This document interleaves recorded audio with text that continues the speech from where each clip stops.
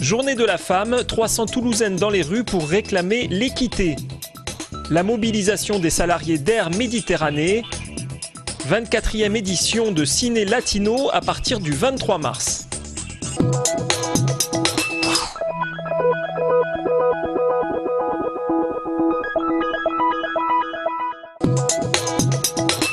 On estime qu'aujourd'hui en France, 82% des travailleurs pauvres sont des femmes, que les femmes auront des retraites moins importantes que les hommes, qu'elles effectuent encore en 2012 80% des tâches ménagères et que tous les 3 jours, une femme meurt sous les coups de son compagnon. Pour ces raisons et bien d'autres, 300 Toulousaines ont battu le pavé cet après-midi à l'occasion de la journée du droit des femmes. Elles dénoncent toujours une forme d'exploitation salariale, domestique et sexuelle. Je suis de la génération de 70 où les femmes ont lutté pour le droit à l'avortement. Et aujourd'hui, je ne sais plus exactement le nombre de centres d'IVG qui sont fermés. Et sur ce sujet, on est en pleine régression. Les femmes à compétences égales et à qualification égale gagnent 27% de moins que les hommes. Donc ça pose quand même encore un gros problème puisqu'on n'applique pas les lois. Une vingtaine d'associations toulousaines mobilisées cet après-midi et peu d'hommes pour les soutenir. Sur la 9e circonscription, il y aura un candidat ou pas dissident finalement? Si c'est un candidat, ce sera une candidate à mon avis. Mais voilà, je ne dirai pas plus.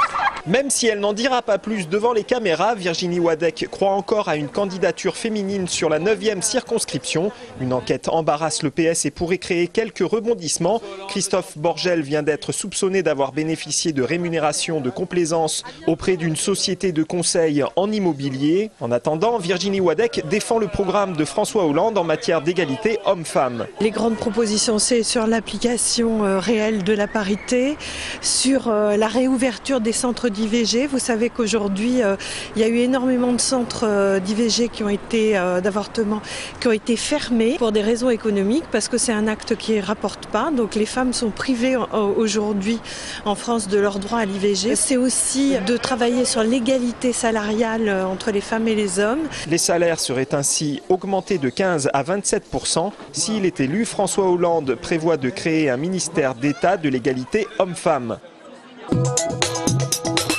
Corinne Lepage, aujourd'hui à Toulouse. Pour elle, Eva Joly n'a rien à voir avec l'écologie. Elle ne propose que des solutions de contrainte. Alors, la leader de CAP 21 serait-elle de droite? Je suis une femme qui vient de la société civile, qui sait ce qu'est une entreprise privée, qui donc a mis au cœur de son programme l'innovation, l'entrepreneuriat, notamment pour aider les jeunes, mais aussi le produire local, qui est donc capable de dire oui, il faut entreprendre, ça peut être de droite, mais qui dit c'est l'humain qui est au cœur de tout, et ça c'est plutôt de gauche. Mais c'est ça l'écologie de demain, c'est ça la nouvelle société, c'est celle qui est capable de faire des synthèses que ni la droite traditionnelle ni la gauche traditionnelle ne sont en capacité de faire.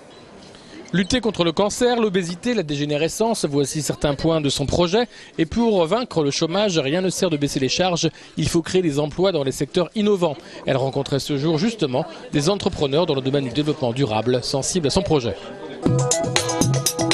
Face à la situation du secteur social et médico-social à but non lucratif, FO organisait aujourd'hui une journée de travail avec ses responsables départementaux. Pour le syndicat, le secteur est en danger.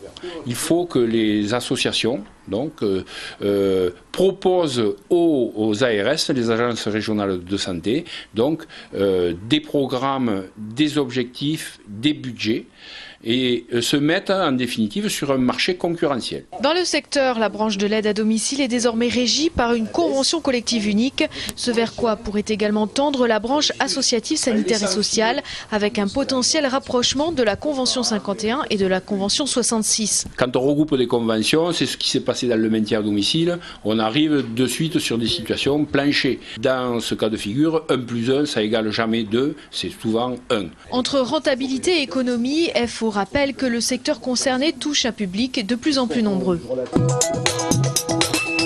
Action symbolique ce matin au siège d'Air Méditerranée au Foga. Une dizaine d'hôtesses et de stewards sont venus protester contre le plan social qui concerne 85 salariés de la compagnie toulousaine. Aujourd'hui, c'est la réunion de la dernière chance avec le directeur. Ils espèrent encore sauver quelques postes. On est venu aujourd'hui en délégation pour justement pouvoir communiquer, pour essayer de trouver des compromis pour les deux parties, pour nous sauver des emplois et pour lui permettre de continuer à développer son entreprise. Une entreprise qui est en difficulté à cause notamment de la révolution des pays arabes. Des propositions de reclassement dans la filiale grecque d'Air Méditerranée, Hermès Airlines, à 900 € par mois ont été faites.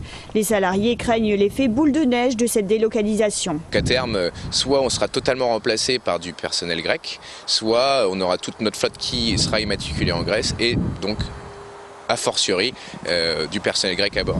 Les salariés qui avaient prévu un nouveau jour de grève aujourd'hui ont préféré le dialogue. La réunion avait lieu dans l'après-midi. 4 mois de bras de fer entre les agents MNS, maîtres nageurs sauveteurs des piscines municipales de Toulouse, et leur direction. 4 mois qui ont mis à bout les usagers qui viennent de récolter plus de 2500 signatures sur leur pétition pour demander que cesse le conflit à Toulouse. Lautrec, Léo Lagrange, Nakache, Papus, Pêche-David ou Bellevue. Une sortie peut-être ce soir puisqu'une réunion est prévue entre syndicalistes et leur direction. 4 mois après le passage au tout numérique en Midi-Pyrénées, le CSA, Conseil supérieur de l'audiovisuel, et France Télé Numérique présentaient ce matin leur bilan pour les 1 million de foyers concernés par ce changement. La télé numérique, c'est donc 20 chaînes gratuites, dont la télé locale, et 6 supplémentaires d'ici 2014, avec actuellement 96% de la population dans notre région qui réceptionne la totalité des programmes. Ce que nous recherchons, c'est les 100%. On ne l'atteint pas facilement, donc on reste modeste.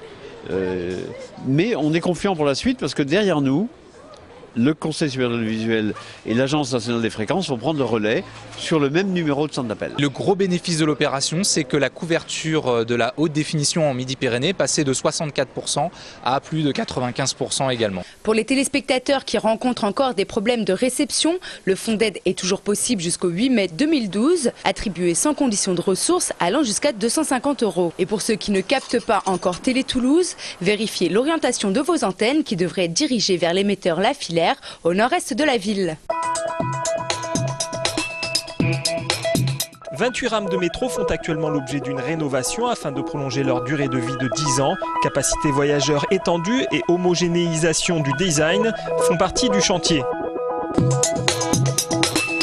27 hectares au service du tourisme social et l'accès à la culture scientifique pour tous. Ce matin à Mondonville, l'inauguration du nouveau domaine d'Ariane marquait la fin des travaux de réaménagement du centre permanent d'éducation aux sciences et aux techniques industrielles. Sa mission, créer un véritable espace de pratique, de découverte et de valorisation des cultures scientifiques aux côtés de tous ces acteurs et pour tous les publics. Un projet inscrit par la Ligue de l'enseignement de Haute-Garonne. Les 24e rencontres au cinéma d'Amérique latine débuteront le 23 mars prochain avec la Cinémathèque comme cœur de festival. Outre une compétition, nous aurons une mostra de films uruguayens des 10 dernières années. 80% 85% des films qui se font actuellement en Uruguay, c'est de la comédie, une comédie très particulière. Il faut la découvrir dans les festivals, mais oui, c'est de la comédie. C'est pas la comédie qu'on a l'habitude de voir dans les salles en France. Une rétrospective Jodorowsky, un hommage à Raúl Ruiz et une dernière question, le cinéma latino est-il toujours politique ? La plupart de la réalisation en Amérique latine en ce moment vient des réalisateurs qui sont entre les 25 et les 35 ans.